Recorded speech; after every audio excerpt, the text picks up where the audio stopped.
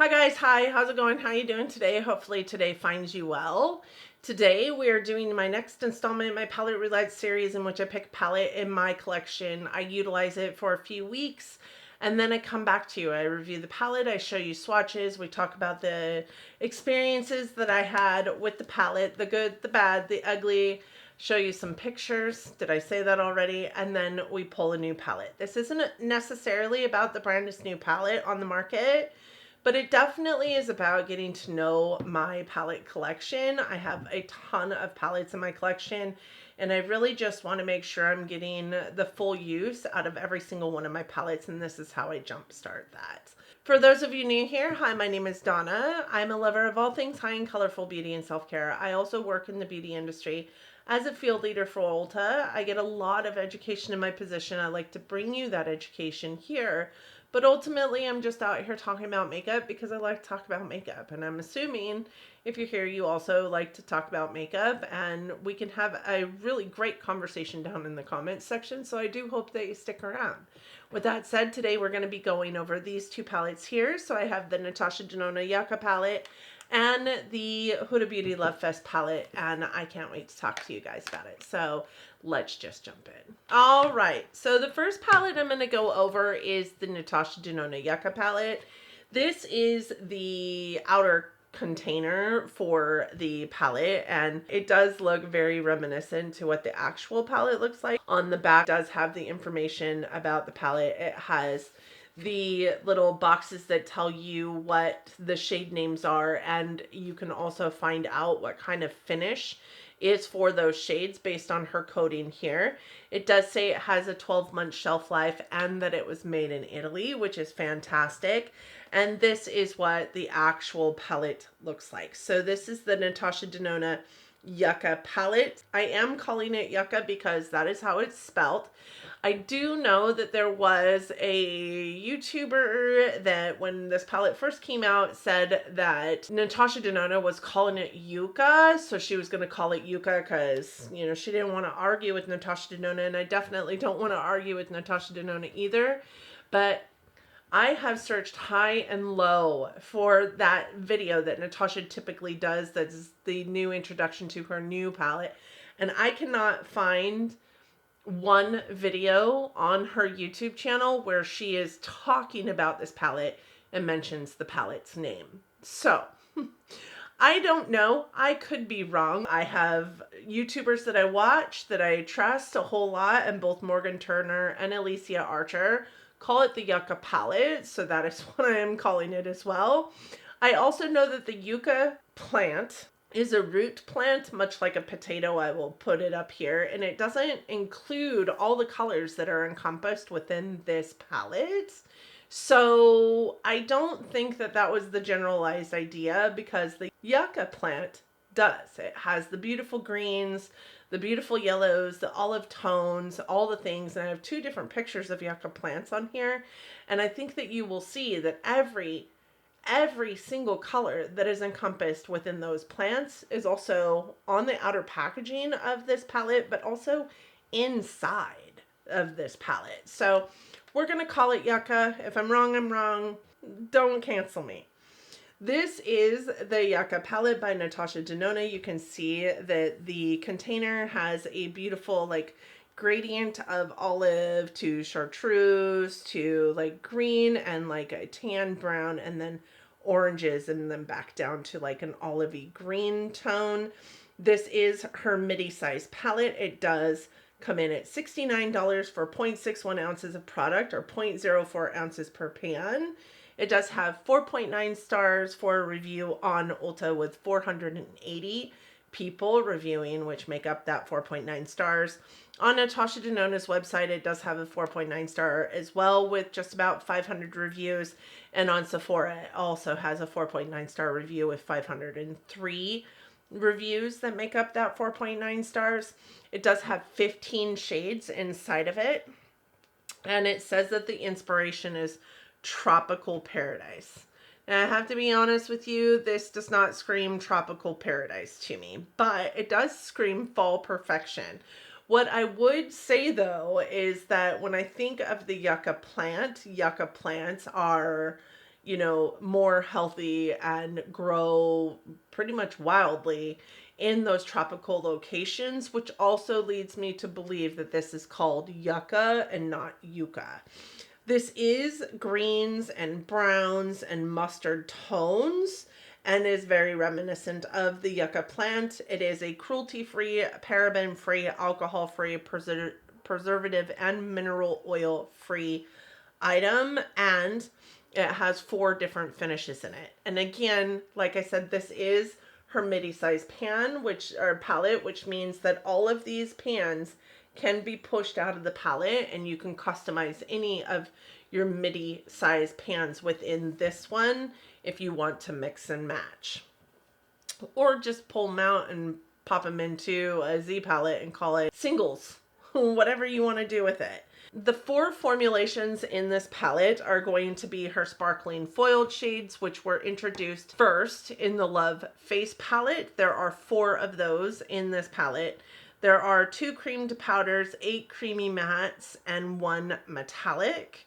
All of these are new shades to her lineup, and all of the less than 3-star reviews that were on Ulta, Sephora, Natasha Denona are all about color story for this palette. So what I would say is people tend to love her formula, and love greens and love neutrals, but not love olives, from what I understand from the reviews that I'm reading. So what I would say is if this color story does not speak to you, then you're not going to love this palette. If it does speak to you, you will. I think that what you see on my eyes today is straight up from this palette.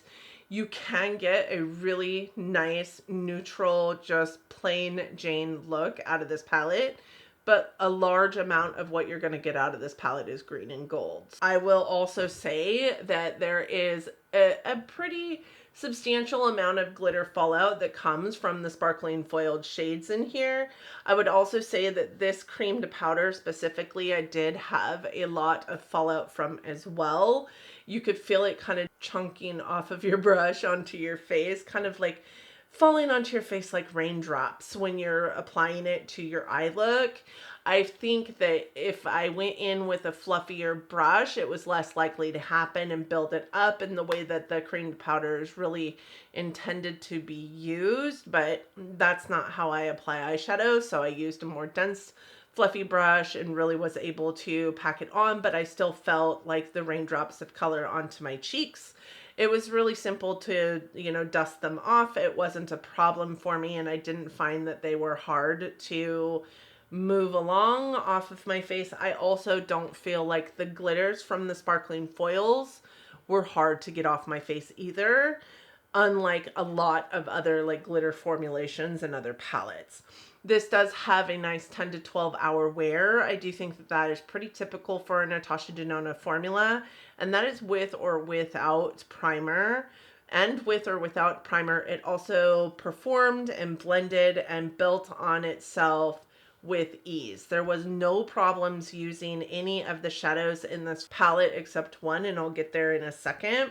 And that really wasn't a problem with using the shadow. That was a problem with the color. I didn't 100% love the color as it pertained to the other colors in this palette. The other thing that I would say that I didn't love was that I felt like these 2 shadows here were way too similar to be in the same eyeshadow palette, especially the same $69 eyeshadow palette.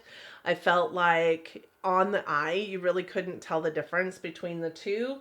And these 2 colors here were also very, very similar on an eye look. Again, you couldn't really tell the difference between the 2 in an eye look. And for a $69 eyeshadow palette, I don't want any redundancy in my eyeshadows. There is a slight difference in tone, but even when you look at the explanation of the shadow on like any of the websites, one of these is listed as a dusty mustard green and the other one is listed as a light medium mustard green. So I don't, what? No, give me 2 different shadows. Give me 2 completely different shadows. Like I said, there is a slight bit of difference between the 2, but not enough, in my humble opinion. With that said, this is the shadow that I did have, a considerable amount of problems with. I feel like it is one of these doesn't belong, and really, honestly, it's two of these don't belong. Can you pick which ones? This one was just a little bit too Kelly green, honestly, to go with everything else in the palette. And then this one, which is actually on my eye look today, it doesn't appear to belong in this palette, but it swings so beautifully towards the browns and so beautifully towards the greens that it really does go in this palette, even though it looks like it doesn't belong. Today, I have it on my eye look with this color here and this color here, and I think it blends perfectly. And on this eye, where you can see a lot of the green peeking through at the top of my eye look, it looks more green, whereas this one, it looks a little bit more neutral and brown. I obviously packed a lot more brown onto that blend because I did bounce between these two shadows in that outer V. So with that said, let's do a little bit of swatching and then we'll move on to the next palette. I ate dinner, so if things look a little less put together, that is why. So we are going to swatch from here across, here across, here across. The first shade is Plantasia, and this is a duochrome. It is one of the sparkling foiled shades, and it is a green, bronze, rosewood duochrome. And I think that you guys can see that flip. It is so pretty. Calathea is one of the cream to powder formulas.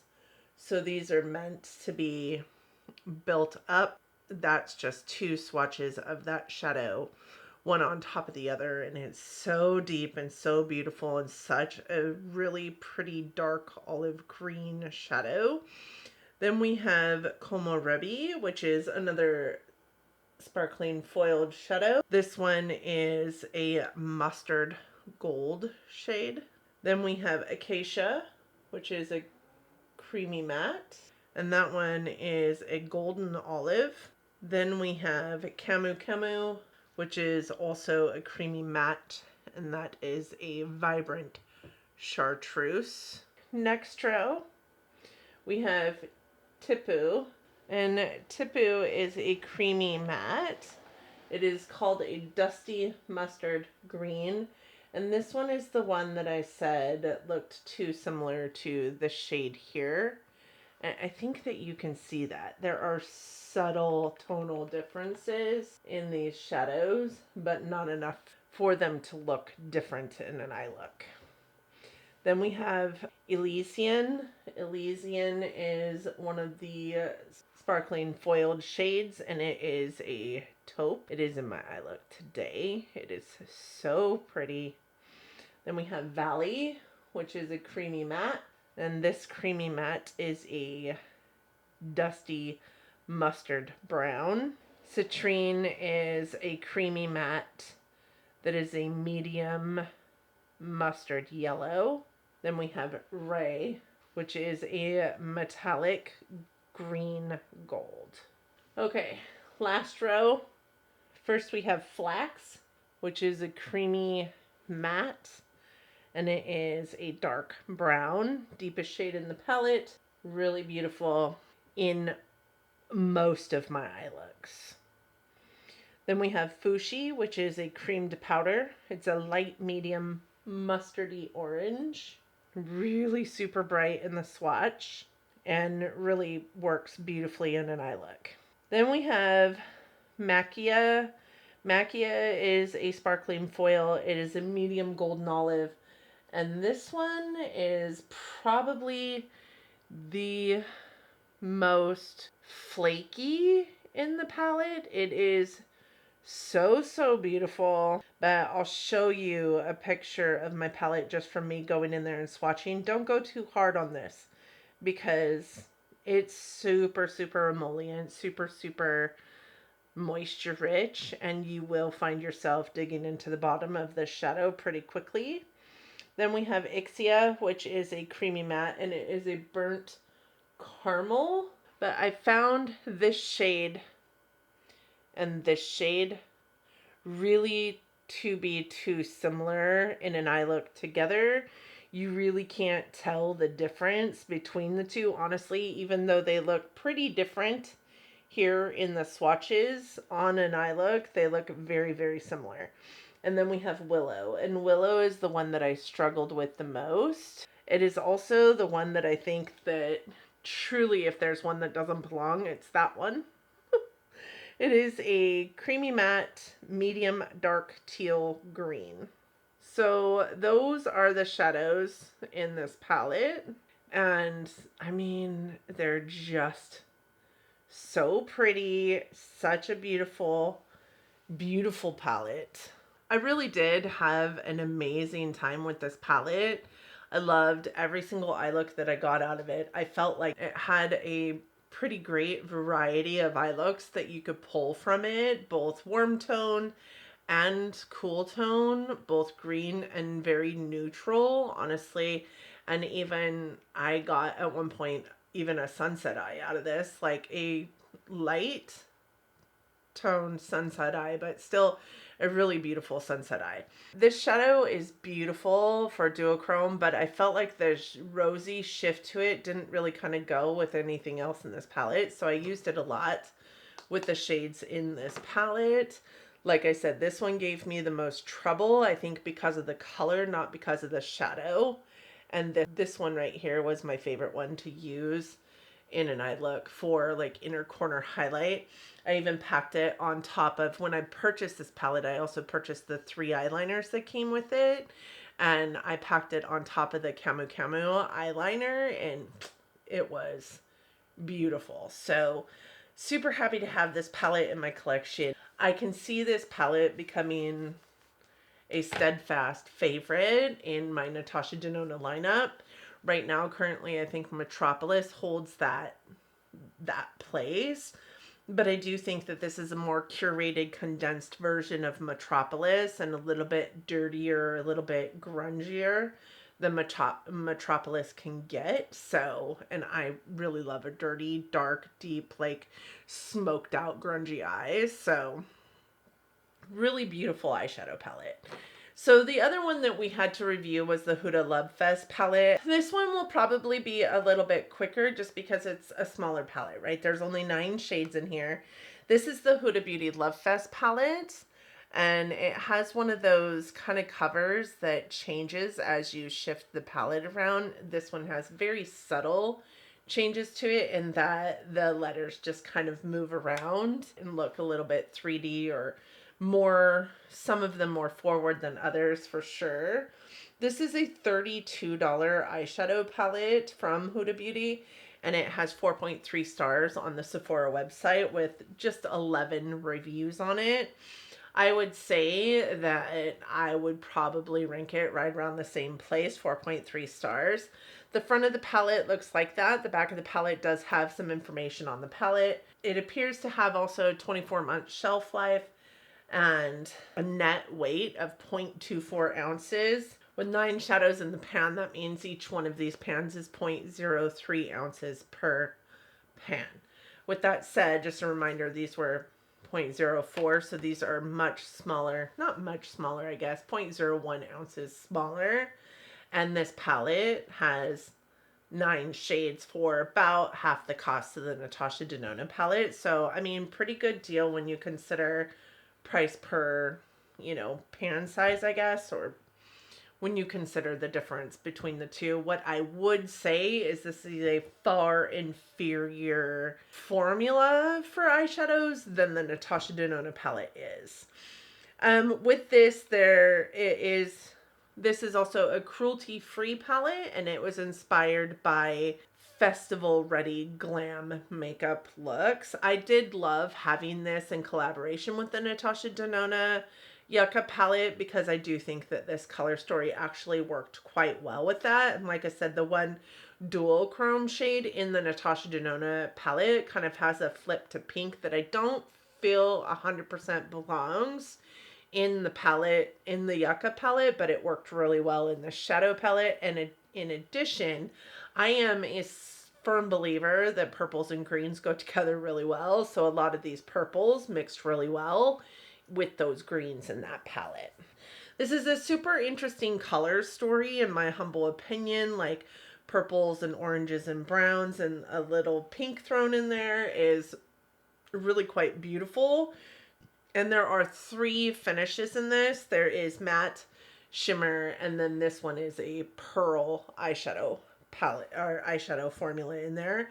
I would say you have 2 different formulations or 2 different formulations of shimmer in here, because this one is more of like a topper shimmer in that when you pick it up in a kind of a flaky, chunky way, whereas this one really does like spread out on your eye and looks really good in an eye look.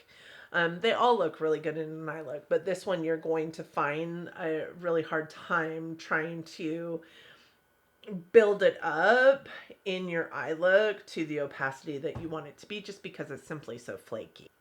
I do think that this one serves a purpose in my collection. I don't quite think that I have another palette that has this kind of color story to it. So this one did have a ton of fallout in it in both the mattes and the shimmer formula. The only one that I didn't really experience any kind of fallout with is this pearl shade here. What I did love about this pearl shade is that, I don't know if you guys have been around here for a while, you probably know, but shadows that work very similarly to satins in my collection, I interchangeably use also as a matte and an eye look, just because they only have just a slight bit of sheeniness. They're not super like shiny and impactful. So I did use this as a matte and an eye look as a crease shade, as an outer V shade quite often actually in the last several weeks. I do feel like this is a better formulation in the Obsessions palettes than I have experienced before, except for that is in the Wild Python palette. I do believe that that one is an above par Obsessions formula as well.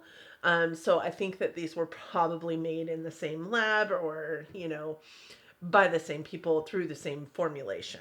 This does have about an 8-hour wear, and it is best used with an eyeshadow primer. You're not going to find that it lasts as long if you do not use a primer with it, but I do believe that the functionality of it and the performance on application is pretty similar with or without a primer. I love that it has a little mirror on it, even though it's considered a mini eyeshadow palette. And, you know, I did have my eye on this one for quite some time before I picked it up, and I'm really glad that I picked it up.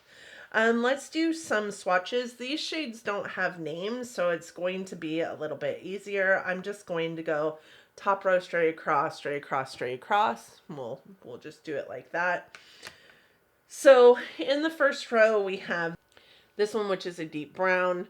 This one actually quite surprised me because it does have a little bit of like almost grape Kool-Aid feel to it. So it did look very purple in an eye look for the most part. Then we have this one, which is a matte terracotta orange. Then we have this one, which is called a swirl pearl. It is a pearly shade that has a little bit of pinky purple swirliness to it. That is the two colors that make up the pan. So I think it wants to be a duochrome, but it's really just kind of a pearly version of this matte here with a little more pink involved in it. So I really enjoyed the shadow. I had a good time with it. The second row contains a beige matte, which actually had a lot more peachiness to it than I expected. So I went straight in ham on this eyeshadow and put it all over my lid space, thinking it would make a great like eyeshadow primer setting shade, and it absolutely didn't. It added so much color to my eye look, so I just made do with it, put the pink underneath it. It is almost the same shade as the pink in the palette, though. It has the same peachiness flavor to it, but not pink, so it almost blended super seamlessly with the pink, but it did have, there was a slight shift in the shade, in the shadows. Then we have this one, which is the purple shimmer, So this one swatches really good with a finger, and if you're going to swatch it across your eyelid, definitely use your finger for it. If you use a brush, you're just going to pick up a lot of flakiness. I do think that it is a beautiful like topper shadow more than it is a shadow that goes straight across your lid space.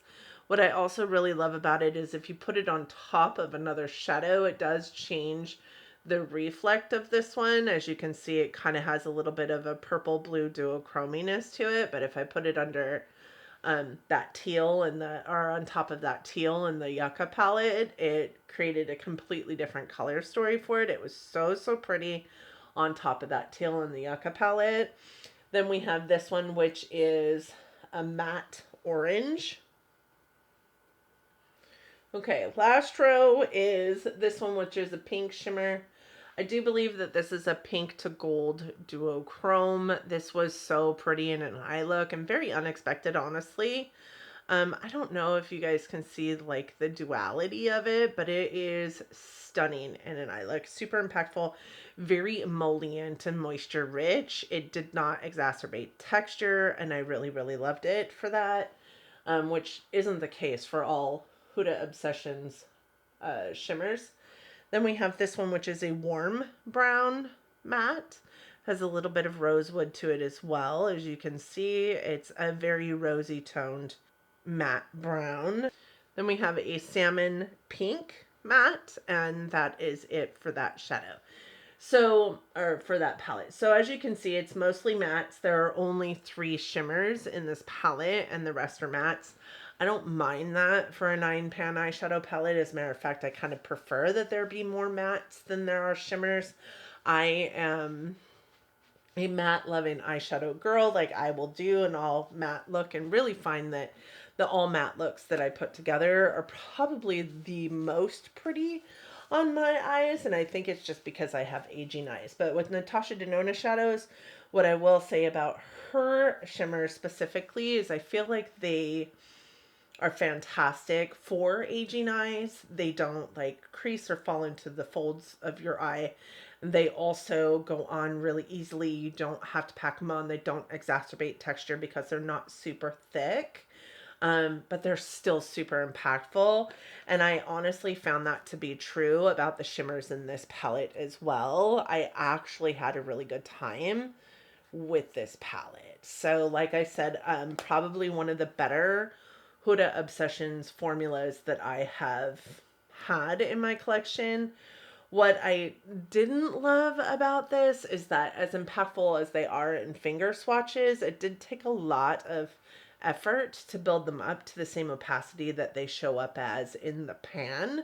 So that was a little bit off-putting. If I had to say that there was something that I didn't love about it, that would probably be it. It didn't give me as much as I anticipated it would right off the bat, but not a big deal. I will build up an eyeshadow palette until I get what I want out of it, even if it is a straight up pigment force to be reckoned with as in terms of eyeshadows. So with that said, I loved both of these palettes. If I had to rank them which one I liked more than the other, I would say, of course, it's going to be the NATASHA Denona Yucca palette over the Huda Lovefest, but I loved both of them just the same. I'm going to keep both of them in my eyeshadow palette, and I see me pulling for each one of these palettes on a regular basis, to be honest. In the grand scheme of rankings, these would go into the top category. When I do my palette rankings at the end of the year, I enjoyed both of these so much that I would put them both into that top tier category of palettes that I used this year that I liked. So, or rankings of the palettes that I used this year.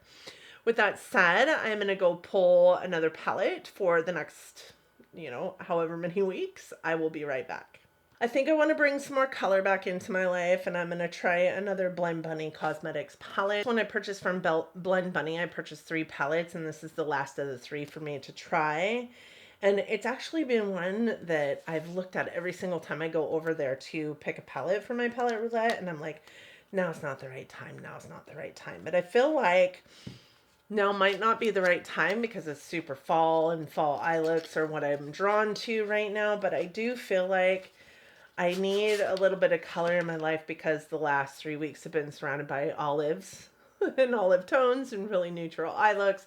And we all know I love to play with colors. So I am going to be utilizing the Blend Bunny Lure palette over the next several weeks. I'm really excited. It gives me like, you know, mermaid vibes. This is the color story of said palette. So it's got some blues and some purples and really falls into that jewel tone mindset, I think, for a fall eyeshadow palette. So we're going to go with that. I might pull in a palette that's got some browns in it as well, but this is going to be my focus palette for the next several weeks. And I hope that you'll want to come back and watch that review when I upload it. So don't forget to subscribe to my channel before you go so that you don't miss any of that. Thank you guys so much for joining me today. Have you used the palettes that I just reviewed, the Huda Lovefest or the NATASHA Denona Yucca, and what are your thoughts on that palette? I would be surely be interested in hearing your thoughts on the palette. I hope that you enjoyed this video today, and if you did, that you'll subscribe and you'll give it a thumbs up. It really does help us.